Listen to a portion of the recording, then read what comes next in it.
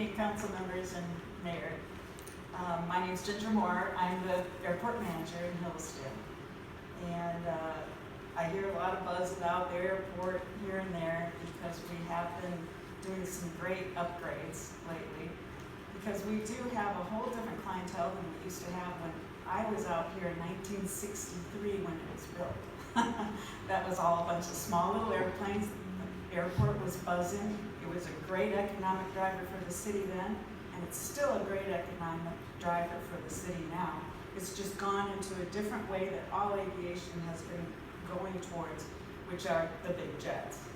Now the jets bring in an awful lot of money to this community.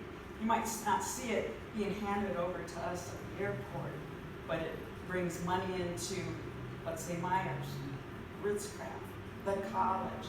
They then hire people who then make money off of the money that's been brought in. We're the front door to this beautiful community.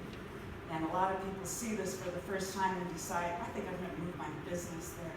I have two new tenants. Both of them chose Hillsdale because of the airport. Both of them have their own businesses. One's in Hudson, one's in Litchfield. But they came here for the airport. And we are what's called a public use general utility airport, which means we do local air transportation, meaning with, people have their own airplanes. We service commercial airplanes that come in. We do not have a commercial airline service in an airport our size. We're just a great economic, driver for this town, and especially in the future as it keeps going forward, more things happening. We're perfect. Some of these businesses wouldn't come to this town if they couldn't fly in because time's money. And they'll go somewhere else where they can get right in. And so we're really lucky. It also provides emergency services. We get emergency people coming in, helicopters, ambulances coming to pick people up. And it's a quick way to get somebody some help in a hurry. We also have pilot training. Right now, pilots are scarce. There's so much flying going on, it's hard to get enough pilots. We do have a flight school that is renting space from us, just a little office space plus a hangar. It's called the Hillsdale Flight Center. They're new.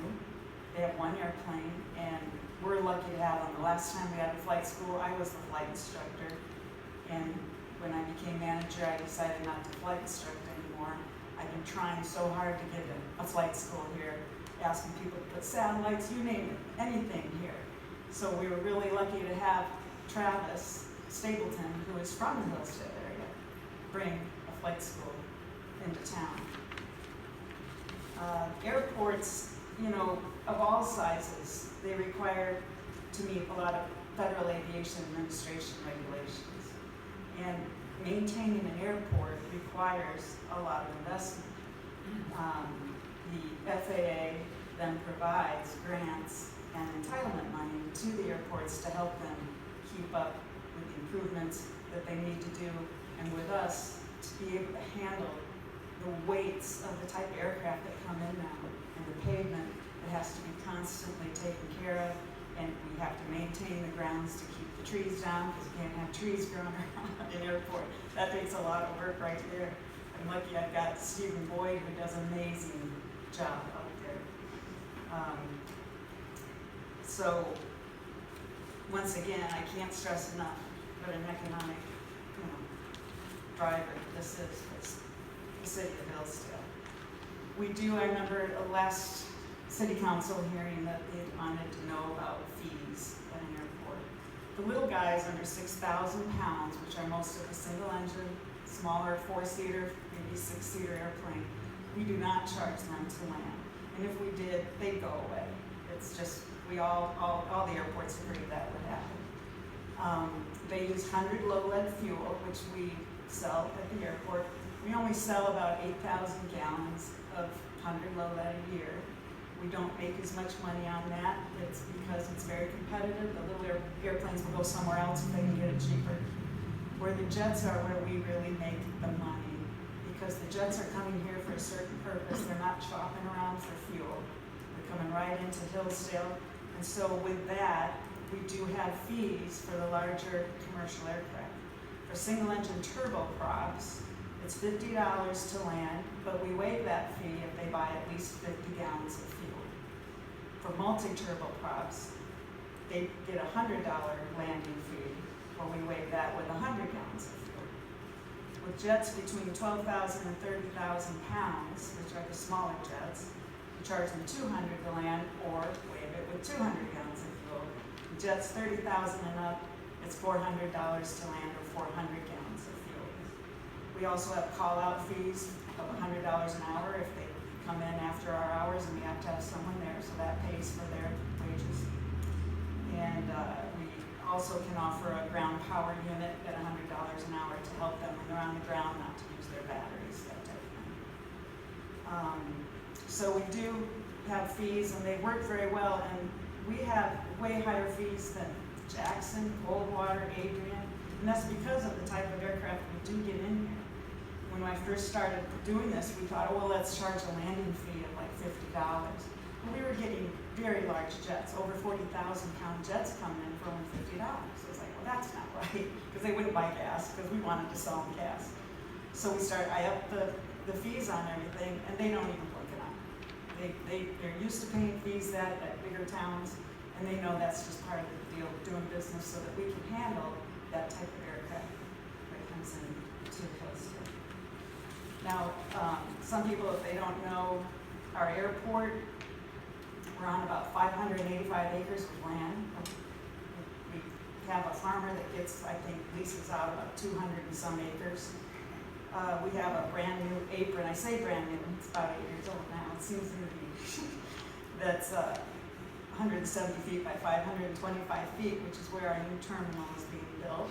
We have a new fuel facility out there, and that's where a lot of the new development's going to go, out to that new airport, or apron. We have 18 little T-hangars. They're quite old, kind of rickety, but they're all filled up. Everybody wants a T-hanger lately, so we've got those filled up. We've got 2 corporate hangars, both are filled up, and also a terminal hangar that we rent to a mechanic. We have 24-hour fuel. We are AvFuel branded, which is a great brand of fuel out of Ann Arbor. We have contract fuel, which is what some of the larger jets use, where they can pull their money and get fuel cheaper from the distributor. We give points to pilots for their, different things, hotels, that type of thing. We have a fuel truck, which has over-the-wing and single-point fueling. Single-point is a larger hose that goes usually to the bottom of the aircraft and can fill up the tank instead of taking both tanks at the same time. And it's a very fast way, which is most of the way the larger jets get fuel. We have Hillsdale Flight Center, the flight school. We have Synergy Aircraft Specialty Maintenance Facility. We have the Civil Air Patrol Squadron number 63.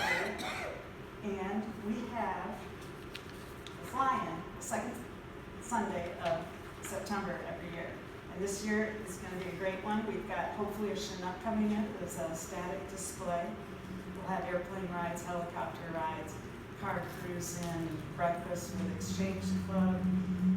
We've got a DJ, we've got a food truck in the afternoon. So we just have to hope Mother Nature brings some good weather. So, any questions? Very good. Thank you, Ginger. Any questions for Ginger? Go ahead, Councilman Palladino. We've been discussing a lot about fees, raising fees to achieve revenue neutrality in certain departments, DPS, dial-a-ride, parks. When were these fees set? Well, since I've been managing it about 7 years is when it started at 50 for everybody, not the little guys, but the big guys. And we moved it up a little bit to, I think our highest was 200 for aircraft over 40,000 pounds. And it's been about a year and a half, maybe a year, I can't remember, that I raised it up to the prices that we have. Okay, so you're actively monitoring those. In the time that you've been here, or if you have deeper institutional knowledge, has the airport ever been revenue neutral or a net positive for the general fund? Not that I'm aware of. That could be. We are hoping to be self-sufficient, but the airport wasn't taken care of that well for a while, and we had to put a lot of money into it to fix it up, to be able to handle everything that's coming in. And once we get our projects done, which we're getting done with the new terminal and such, hopefully with the fuel sales and everything, we'll be able to be self-sufficient. Okay, and do you have a plan mapped out for that? Plan like a year, like what Yeah. year, I think, Yeah. no, I don't. Okay. Now, in terms of economic development, you're arguing that it brings businesses that otherwise wouldn't be here. Do you have any idea of the net effect on revenue for those businesses coming in? You know, the MDOT does what they call a CBA, and I just finished that, and they're supposed to give me the report, and they'll even come in and explain it to everybody, because they do it, all the numbers and everything. So I'm hoping to get them to come and speak to you guys about how they assess the funds and everything, and take into account the jets and the money that gets spent at Hillsdale and the jobs, and how it trickles down into the entire community. Okay, yeah, I'd like to see that report, because if we've been paying into this fund for, decades potentially, it would be nice to have at least some evidence that we're not simply transferring wealth to corporations that want to move here to utilize subsidized airport services. Thank you very much for the presentation. Any more questions? Councilman Sharp? Ginger, I want to thank you for what you're doing. I want to thank Jason Walters for what he did. Before that, the airport was just ignored. It sat there. It was an embarrassment. You guys make great strides. It does bring jobs into this community. Myers is a prime example of it. And we got to get in the 21st century and stay in the 21st century. We can't go backwards. And the airport is part of that growth and development. We don't have an interstate in this county. We have the airport. And it does bring people in, because I can hear those jets flying over my house a lot. Thank you. Councilman Beer? Ginger, quick question. What's the time frame for the new terminal? The new terminal should be finished probably late spring, early summer. Okay. And a follow-up question. For the acreage that currently the airport has, are there any plans? You were saying that you're completely full of your T hangars and your other sources. Yeah, we're So completely filled. is there a demand that exceeds what you're able to provide right now? or- We have a waiting list. A lot of the people that are on the waiting list don't have an airplane. Hangars right now are hard to come by everywhere in the United States, because no one wants their airplane out in the weather. So all of a sudden, it seems like even the older airplanes, they want to put in a hangar. So a lot of people, when they're even thinking about buying an airplane, they want to see if they can get a hangar first. So they get themselves on a list. And so far what I found is when we have a vacancy, I'll call down the list, and there may be 4 or 5 people. And sometimes none of them are ready. There's always someone calling though that says, hey, do you guys have a hangar? And it's like, yeah, we do. And great, there you go, you got one. So as soon as they come available, we're pretty ready. Are there any plans to build additional hangars? Well, the plans are to build new T hangars out on the new apron. They're beyond, just north of the new terminal that's being built. But it's hard to get funding for T hangars because they're a revenue maker. So oftentimes it's hard to get grants for something like that, although we're talking with them about it to try to get something. Hangars have become a lot more expensive to build than they used to be, so the price of renting a hangar would go up substantially from what we've got now. Okay. Thank you. Councilman Palladino? Do you have a rough estimate of the breakdown of college use of the facility, hospital, emergency services, private recreational? I don't even know what the major categories would be, but do you have an estimate there? Well, what I've estimated is the college, not the college itself, but their customers are about 65 to 68% of the jet traffic that comes into town. So the rest would be kind of divvied up between some of the others. I mean, we do get a number of light flights that come in, especially if the hospital already has a helicopter there or something, another one's coming in, that type of thing. But there's a lot of smaller businesses that come in. I know everyone keeps saying every time there's a jet out there, oh, is that Pat Sajak's jet? Everybody thinks this is Pat Sajak's airport. Well, he only comes twice a year. He's not even on our top 5 biggest customers. So, and one of our biggest customers isn't related to the college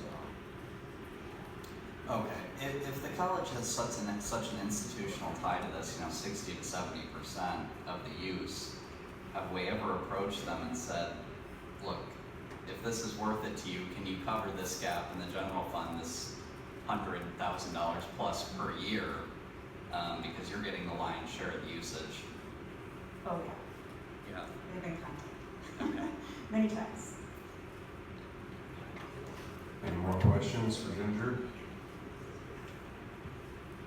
Ginger, regarding giving the pilots an opportunity to purchase fuel in lieu of the landing fee, have you found that to be a big incentive in purchasing fuel?